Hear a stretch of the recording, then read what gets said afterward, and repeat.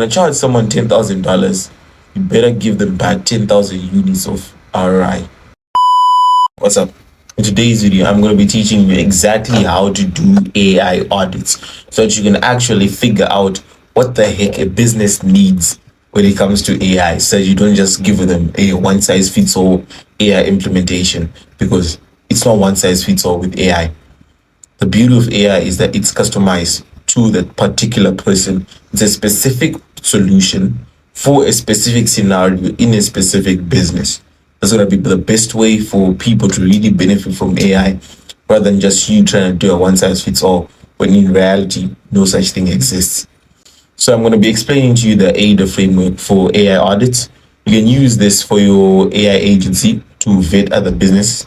But if you're a business owner and you're willing to learn, to understand at least the surface level of AI, so that you know what you need in your business, so that you hire the right agency for the job. I'm going to be teaching you what I call the AIEDA framework that I invented for doing AI audits.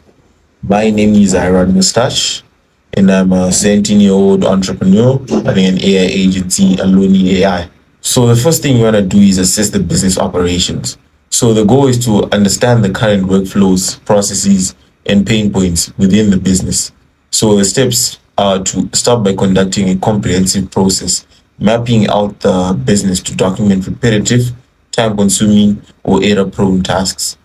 Identify departments: marketing, sales, customer support, HR, where manual labor is high. These are the departments you want to identify.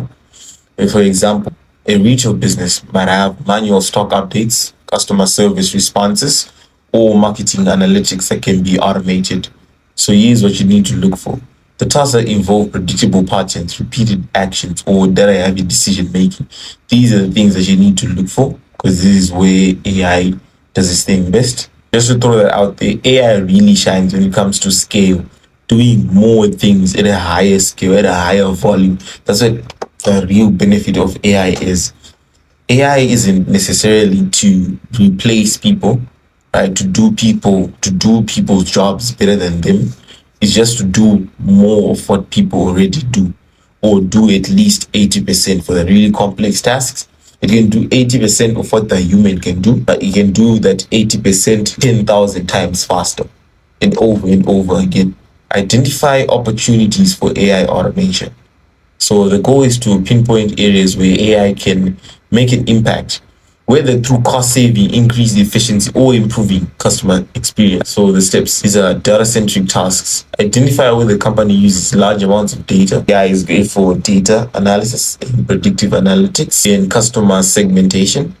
So AI, in simple words, is good at spinning around words and mixing them up to produce a different output from your input, or something similar. It's good with working with data. It's good at analyzing as opposed to generating. It's also good at that, but it's really best at analyzing data.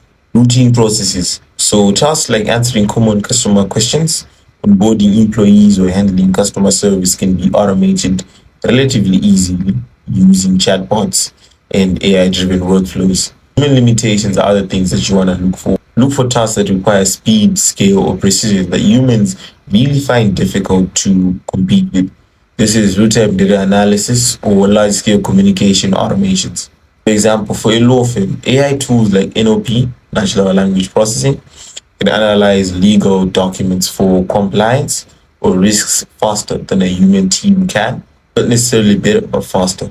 So you really need to emphasize asking critical questions about data inputs, outputs, and AI capabilities during the audit phase. For the capabilities, this is something that you need to routinely check right before the implementation, because the capabilities of AI drastically vary over time because of the increase rate, which is so high. So it follows Moore's law to a certain extent, but in reality it doesn't obey Moore's law, but it follows Moore's law for a few weeks or months sometimes. Then the rate of progress just shoots up like crazy, and it follows Moore's law, then it disobeys Moore's law. So that's what AI kind of does. So the third step would be to design the AI solution. So the goal, based on the identified opportunities, create tailored AI solutions that align with business needs. The steps that you need to take: custom versus off-the-shelf AI tools. Decide whether to build a custom AI solution or leverage existing AI platforms such as OpenAI's ChatGPT and GPT-based models, or other tools for sales, customer service, or operations. So now when it comes to prototyping, we're doing small scale prototypes to validate that AI can improve your process. For example, a simple chatbot to handle repetitive customer inquiries is something that may be beneficial. Now we move on to the automation flows. I want you to map out the end-to-end automation process from input, customer request, to the AI system's outputs, booking an appointment, or providing answers.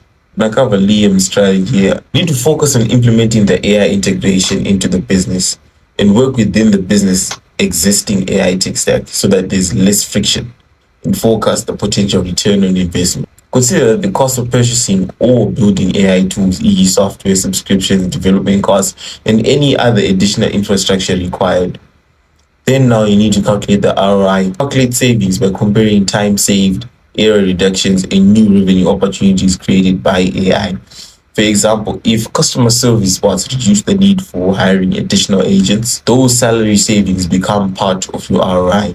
Following are the KPIs that you actually need to track that are more sensible and not some vanity metrics. So you need to check the time savings, how much labor can be reduced, the increases in productivity, how much faster the task can be completed, not how more productive they feel, but the actual results that it ends up giving you. Then you're going to look at number 3, which is scalability. Can the AI scale with demand without needing additional resources? Because most of the time, people make a AI system or they integrate AI on a small scale. Cool, it's fine. When then they do it on a larger scale, then it completely breaks. So you need to make sure that you don't need to come tweaking and printing and adding more money to the system so that it continues to work as you scale it up. You need to validate the business's case with data in cost metrics, ensuring that the ROI is clear to both the client and the agency as well. So you need to implement the AI solution at scale and continually optimize it for better performance. Start with a pilot to ensure smooth deployment and identify any potential issues in a controlled environment before rolling it out company-wide. Then you're going to need a feedback loop. So implement a feedback loop to monitor the AI's performance and make iterative improvements. Use KPIs to check success, such as response times, customer satisfaction, and error rates. Although this is a little bit dependent on what type of system you have, but whether it's customer-centric or it's an internal system, that's all dependent on you. I'm pretty sure you can figure out the KPIs on yourself. You're pretty smart, I'm sure. I hope. Once the AI tool is optimized, I want you to apply it to other parts of the business where similar processes can be automated. I encourage continuous learning from each AI implementation and scaling only after validating success in smaller segments is the smartest way to go about it. Now I'm going to cover the common use cases for AI in business. So the common use case that I see currently is of 2024 of making this video. These are customer support automations. The use case is AI chatbots and virtual assistants. These can help repetitive customer inquiries, resolve issues instantly, and escalate complex human cases to human agents. The tools are platforms like Drift or Intercom, which automate responses while NLP models process queries. Then the ROI impact is reduced need for 24/7 human support, and increased times and reduce errors. This also saves a lot of money. This also cuts down on costs for hiring extra employees in different time zones so that they have to be available all the time. Sales and lead gen, that's the second use case. AI can score leads, automate email responses, and even engage prospects via chat to schedule calls or demos. AI-driven CRM tools like Salesforce Einstein automate lead nurturing and follow-ups. So the ROI impact would be reduced sales cycle, more qualified leads, and higher conversion rates. Now, number 3 is predictive analytics for decision making. AI systems can really analyze data patterns to predict customer behavior, optimize inventory, or suggest market strategies. AI-based analytics platforms like Tableau AI and IBM Watson, these are the tools that you can use for this type of system. So the ROI would be improved forecasting accuracy and better marketing ROI and reduce waste in inventory. Use case number 4 would be marketing personalization. AI customizes marketing campaigns based on individual customer behavior. So as the content and offers are highly relevant. Tools like HubSpot AI help personalize email marketing and social media campaigns, increase customer engagement and improve conversion rates. That's the major ROI that you get. So the following are going to be the key takeaways. I want you to tailor the AI solution to specific business needs. A one-size-fits-all approach won't work. Each business will have unique processes that AI can help streamline.